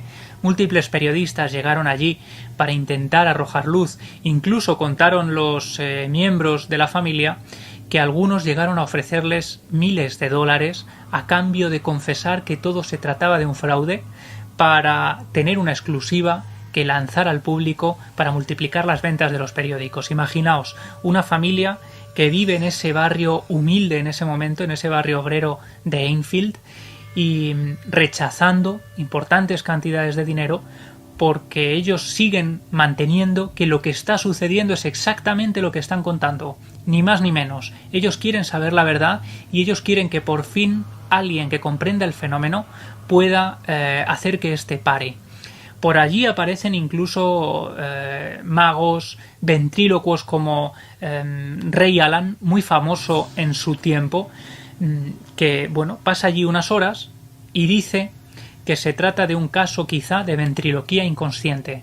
Es decir, las cuerdas vocales de Janet están vibrando, están generando palabras sin que ella se percate. Además, Ray Alan sería una de las voces escépticas con más fuerza, porque él defendía que las niñas estaban sugestionadas y que les recordaba mucho el caso al Exorcista, que se había estrenado unos años atrás, y que quizá ellas habían quedado impresionadas por la visión de la película. La familia defendió en todo caso y en todo momento que ni muchísimo menos, que ellos no habían visto siquiera esa película, que no veían películas de terror, no veían cine de terror, no era algo que les gustara y aquello tendría que despejar cualquier sospecha de duda. Quien sí ofrece una cantidad de dinero también es el investigador Maurice Grosse. Llega a ofrecer $1000 a la persona que sea capaz de imitar la voz que surge de Janet durante horas a lo largo de largas semanas sin tener ningún problema. Lo cierto es que no consigue encontrar a nadie que pueda repetir o repicar ese fenómeno. Vamos a escuchar porque además con el paso del tiempo los sonidos son cada vez más animalescos, cada vez más impropios de una niña y parecen un grupo de animales salvajes ejerciendo todo tipo de sonidos que aparecen de su garganta. Ahora os contaré una cosa que hice, un experimento que hice hace unos años enviando este tipo de material a diferentes expertos. Pero vamos a escuchar cómo eran esas voces y esos sonidos. Este audio es impactante, ya os aviso, que surgía de la voz de Janet Hodgson, repito, una niña de 11 años. Hello. Wow. I was asleep.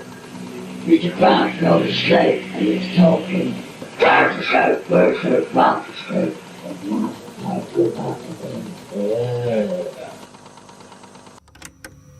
Imposible no sobrecogerse, creo yo, ante este material original, repito, captado por las grabadoras de Maurice Grosse en la vivienda de Green Street, en el distrito de Enfield, Reino Unido, año 1977. En esa casa humilde, una casa de 2 plantas, una familia está viviendo una auténtica pesadilla, una pesadilla que se prolonga a lo largo de los meses y que parece no tener fin. En un momento dado, incluso la pequeña Janet es hospitalizada, es ingresada en un hospital para hacerle múltiples pruebas. Pasa 6 semanas ingresada en un hospital donde hay médicos de todo tipo, psiquiatras, laringólogos, observando, intentando detectar cualquier problema incluso en las cuerdas vocales de Janet. No hay absolutamente nada. Durante ese tiempo, por cierto, esto es muy interesante, dice Maurice Grosse que los fenómenos remiten ligeramente en la casa. Él sigue viviendo allí para ver qué ocurre.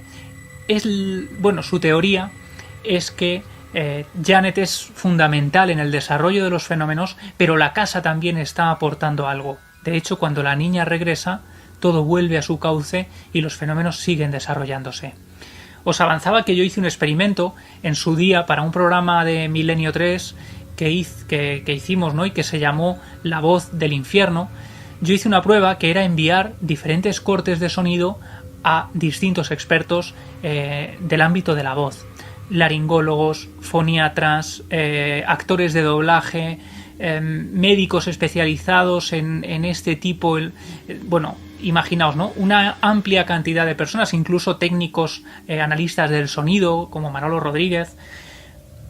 Envié, por ejemplo, cortes de audio que pertenecían a casos de histeria comprobada por la psiquiatría, cortes que pertenecían al exorcismo de Anneliese Michel, una joven que murió durante un caso de exorcismo muy polémico en Alemania y del que un día podemos hablar también, y envié casos de Janet Hodgson. Este tipo de sonidos que estamos escuchando hoy, pues algunos de esos cortes los envié también a estos expertos en el sonido. La respuesta fue sorprendente. Todos habían elegido, digamos, 2 voces, 2 cortes, como los que realmente les habían impresionado. Uno de ellos pertenecía a Anneliese Michel, a esta joven poseída, que por cierto en muchas fotografías el rostro de Anneliese Michel, ese rostro de dolor, de sufrimiento, se asemeja mucho al caso y al rostro de Janet Hodgson en las fotos tomadas por Guy Lyon Playfair, por ejemplo, durante las investigaciones. El otro corte señalado como realmente extraño, como realmente reseñable, era precisamente de Janet Hodgson. Lo que decían los expertos, por ejemplo, era que es muy difícil masculinizar una voz femenina porque las cuerdas vocales de las mujeres tienen unas características diferentes a los de los hombres. Son más cortas, más estrechas, y eso dificulta que una mujer pueda hablar con este tipo de voces tan graves. En cualquier caso, si es capaz de hacerlo, tendría que tener quizá algún tipo de pólipo, algún tipo de problema en la garganta, pero Janet Hodgson no tenía absolutamente nada, y además decía que si fuera por causa de algo físico que estuviera instalado en sus cuerdas vocales, esa tendría que ser su voz siempre. Sin embargo, Janet hablaba con voz aflautada, propia de una niña de su edad, y de vez en cuando surgían este tipo de cambios, de alteraciones.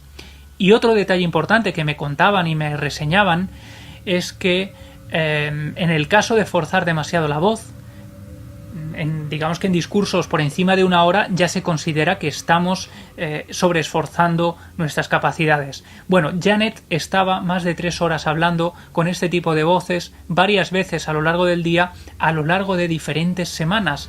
El caso duró unos 3 meses, digamos, de estudio continuo, pero se prolongó durante años.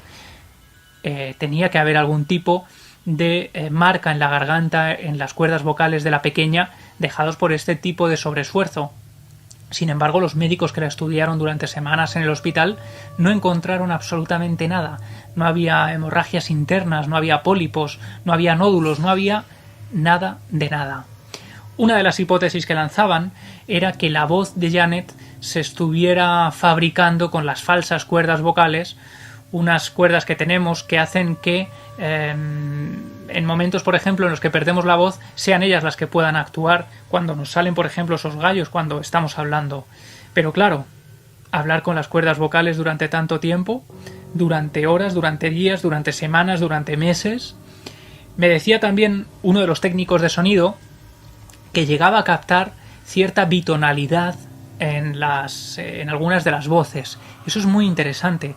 Era como si 2 voces, de manera solapada, cuando se estudiaba el espectrograma en el ordenador, aparecieran ahí, como si fueran 2 voces las que estaban surgiendo de la garganta de la pequeña. ¿Cómo hacer eso? Quizá aprendiendo a modular las cuerdas vocales y las falsas cuerdas vocales a la vez. En cualquier caso, eso sería una capacidad alucinante y sobrecogedora, que pocos ventrílocos, creo yo, han sido capaces de hacerlo. Pero bueno, ahí están las posibilidades. En cualquier caso, me decían los expertos que todo este tipo de explicaciones era una manera de intentar arrojar luz en un caso que a ellos les parecía realmente interesante y realmente anómalo. Hay algo además que se produce cuando este tipo de fenómenos saltan, por ejemplo, a la prensa, saltan a los medios de comunicación, saltan a la televisión, y es que los vecinos y muchos familiares y muchos amigos señalan de pronto a los testigos. Les ocurrió a los niños. Esto es algo que relataron tiempo después. Aparte del infierno que estaban viviendo en su casa, vivieron un auténtico infierno en el colegio. Decían que iban a clase y les llamaban los niños fantasma, los niños brujos de la casa encantada, les tiraban gusanos en los abrigos, les escupían. Fueron señalados. Los medios de comunicación, precisamente por eso, intentando protegerles, en algunos casos les cambiaron los nombres, les cambiaron los apellidos, pero en cualquier caso ya era tarde. Esa pobre familia, esa familia humilde, esa familia aterrada por algo que eran incapaces de entender, encima fueron señalados tiempo después en el colegio y cuando salían a la calle a hacer la compra. En los últimos días de las investigaciones públicas del caso, llegaron los Warren. Ed y Lorraine Warren llegaron desde Estados Unidos interesados por lo que allí estaba ocurriendo.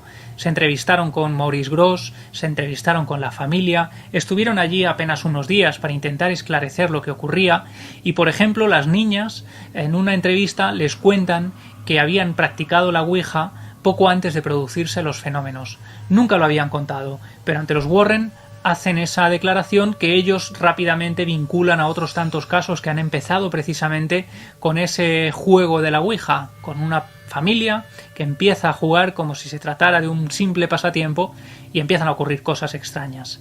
Así que ellos deciden, creyendo que se trata de un escenario demoníaco, creyendo que se trata de una infestación demoníaca, llaman a un sacerdote que practique una bendición en la casa de Green Street para intentar remitir los fenómenos, ayudar a remitir estos fenómenos. Pero tras la visita del sacerdote, todo sigue exactamente igual. No consiguen absolutamente nada, los Warren tienen que marcharse y lo que sabemos es que la familia Hodgson vivió allí durante otros 3 años. 3 años que debieron ser una auténtica pesadilla.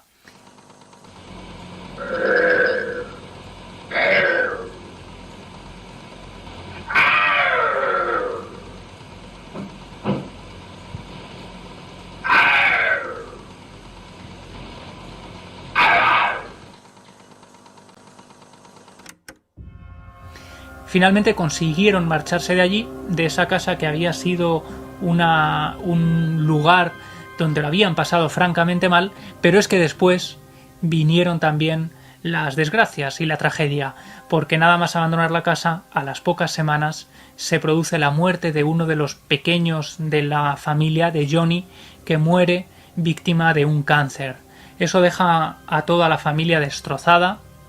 Pero no es la única tragedia que ocurre, y es que al cabo de unos años Janet se queda embarazada y pierde también a su hijo. Inconscientemente o conscientemente vinculaban toda esa especie de maldición familiar a lo que había ocurrido en esa casa de Green Street, donde todo se había convertido de pronto en una especie de película de auténtico horror. ¿Y qué sabemos a día de hoy? Bueno, fijaos qué interesante. Yo he hecho un experimento muy fácil, muy sencillo, no tiene ningún mérito. Es simplemente a través de Google Maps entrar, buscar la dirección, el 284 de Green Street y ver qué ocurre. Vemos que la casa sigue exactamente igual, es idéntica por cierto a la que vimos en la película en Expediente Warren 2, se construyó prácticamente como un decorado idéntico y ahí está la vivienda. Si nos acercamos a una de las ventanas, vemos ese mensaje religioso, la casa de Jesús, ¿no? Como una especie de manera de protegerse también de lo que pueda suceder allí, porque evidentemente lo que sabemos hoy es que todo el mundo ya sabe lo que sucedió en esa casa. Quien no lo sabía es una madre que entró a vivir después de marcharse los Hodgson. Se trata de Claire Bennett, una de las últimas propietarias de quien se ha tenido constancia, porque el resto ha intentado mantenerse en absoluto sigilo, sin demostrar que están viviendo allí, para que no se sepa, para que nadie les moleste. Pero Claire Bennett hizo unas declaraciones a la prensa, porque cuando ella llega no sabe nada de lo que está pasando. Llega con 4 hijos, se parece un poco a la situación familiar en la que se encontraba la familia Hodgson. No saben nada, viven con absoluta normalidad, pero uno de sus hijos, especialmente Shaka, cuenta que en su habitación en más de una noche tiene la sensación de que hay alguien acechando a los pies de la cama, de que hay una sombra alargada que está allí observándoles. Una sombra, por cierto, que habían visto también los Hodgson, porque aparte de las voces, aparte de los sonidos, de los raps, de los golpes, del movimiento de objetos, hay un momento dado en el que llegan a ver una sombra que pasea por la planta de abajo cuando a altas horas de la madrugada ya ellos están durmiendo arriba y, por ejemplo, al ir a bajar a beber agua, se encuentran esa imagen, esa especie de sombra que se siente casi, parece que se paraliza porque se siente observada y se desvanece delante de los testigos. Bueno, pues exactamente lo mismo es observado por la familia Bennett cuando llegan allí a vivir. En un momento dado la situación se vuelve tan impactante, tan sorprendente, tan sobrecogedora, que deciden marcharse sin más. No se vieron anclados a la casa como había ocurrido con los Hodgson, ellos sí pudieron huir y por fortuna se marchan de allí y nunca más les ocurrió nada extraño. Hay algo muy interesante.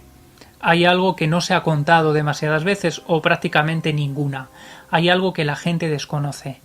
Cuando Janet hablaba, por ejemplo, con esa voz gutural de que había sido o de que era, mejor dicho, el fantasma de un soldado enterrado allí, o que era un niño que había muerto tiempo atrás, como si fuera una especie de broma extraña con esas voces guturales, Janet estaba dando una clave que era auténtica, y es que el barrio de Enfield es un lugar que durante siglos fue absolutamente deprimido, fue un sitio de muerte, fue un sitio al que la gente no quería ir, un sitio donde se producían muchos accidentes.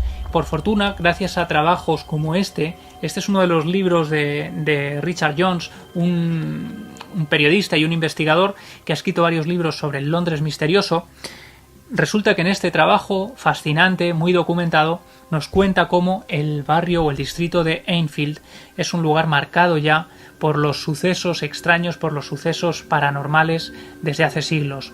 Uno de los últimos testigos de algo sobrecogedor ocurrido en plena calle, ya no hablamos de edificios y de cosas que ocurrían en las casas, que por cierto los vecinos de esta familia que vivía en Green Street, unas casas más allá, estaban produciéndose también fenómenos extraños que quedaron eclipsados por todo lo que apareció en la prensa en esos días, pero había, y eso no es muy conocido, diferentes zonas donde se estaban produciendo cosas parecidas. Y ha ocurrido también en plena calle.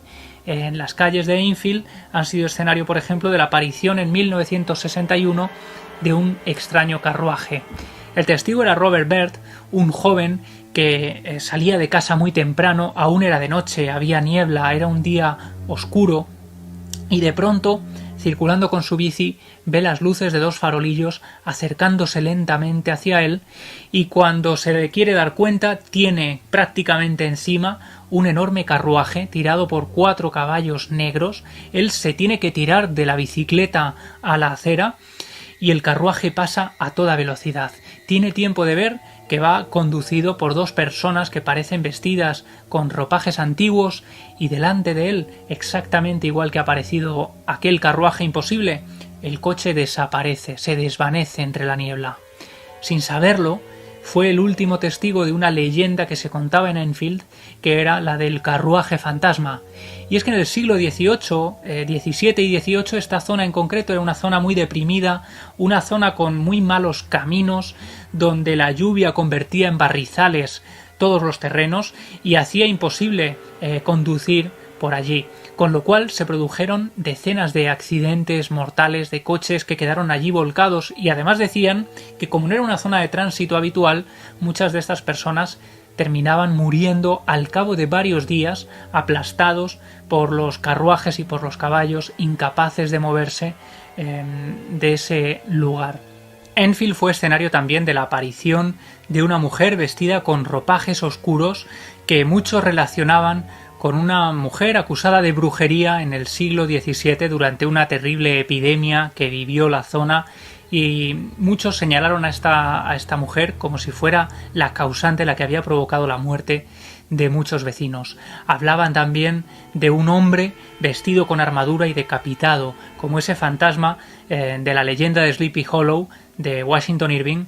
Bueno, pues uno de los personajes que aparecía también por los caminos colindantes era este, y finalmente, hasta 1832, se remonta a una de las primeras crónicas de visiones fantasmales en el barrio, de un padre y un hijo que iban caminando de regreso a casa cuando les salió al paso, en medio de uno de los caminos, una figura con el rostro absolutamente pálido, observándolos fijamente, y que les hizo acelerar hasta que lo vieron desaparecer, desvanecerse y confundirse con el propio escenario.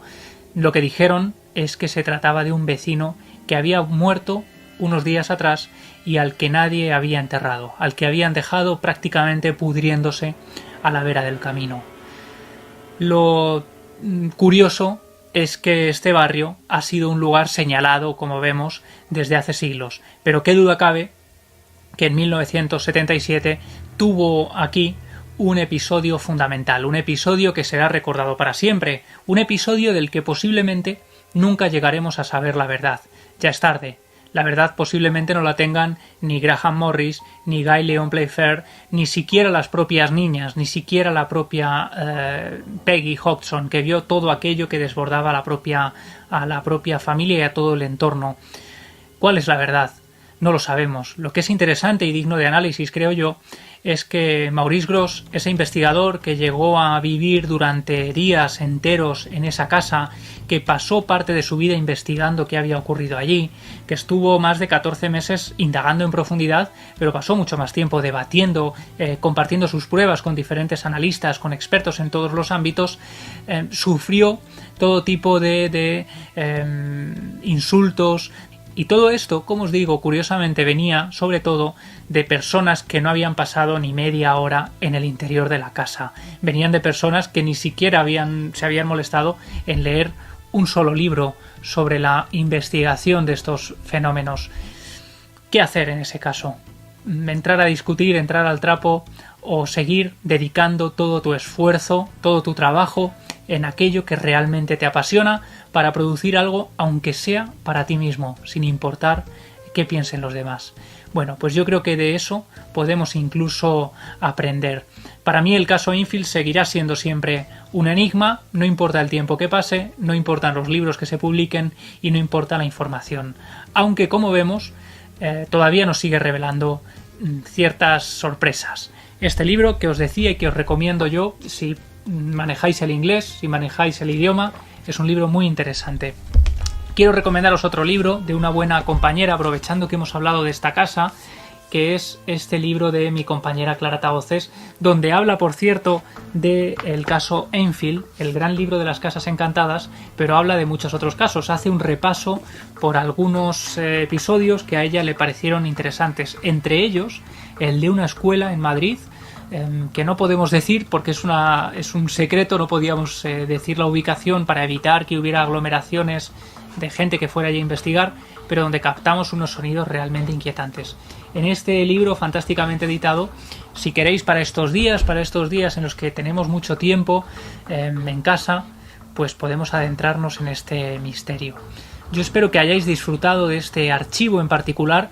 Os agradezco enormemente el afecto que demostráis en los comentarios, en las redes sociales, en todas partes, ¿no? Hablando de que teníais ganas de misterio, yo os agradezco de verdad vuestro apoyo y vuestro cariño, y ya sabéis que podéis suscribiros a este canal, a esta estirpe de los libres, para seguir conectados. Mañana Milenio Live con toda la información, y de martes a viernes estamos emitiendo con diferentes invitados y diferentes amigos. Yo me voy, como siempre, dando las gracias. Gracias a vosotros y gracias a este equipo maravilloso de la estirpe de los libres. La semana que viene abrimos otro Archivo del Miedo.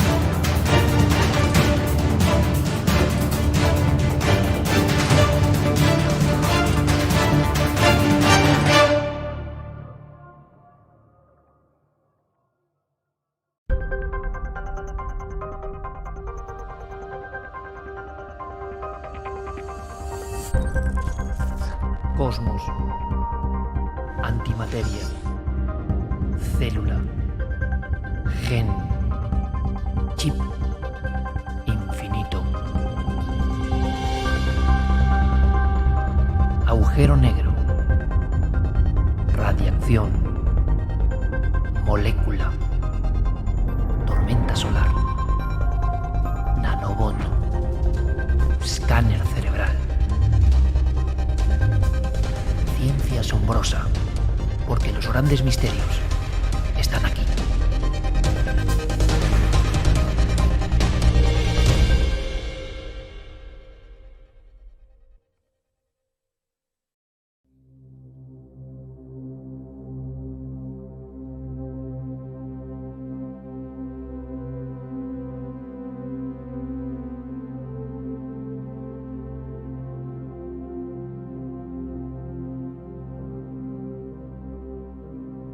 Cada noche y cada día, cada hora y cada minuto me sigo asombrando con la vida. ¿Te ocurre a ti también?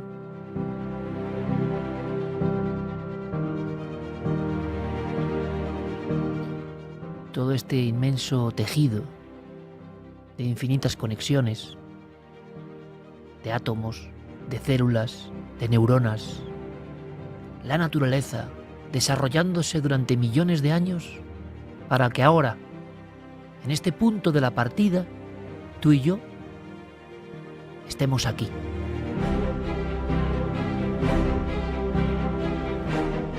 No es poca responsabilidad. Somos la conciencia. Después de tanto tiempo trabajando y queremos y deseamos no ser domesticados. Queremos y deseamos seguir asombrándonos, seguir maravillándonos, seguir entusiasmándonos, seguir haciéndonos todas las preguntas del mundo. Queremos seguir siendo almas de niño que buscan eso que llaman libertad.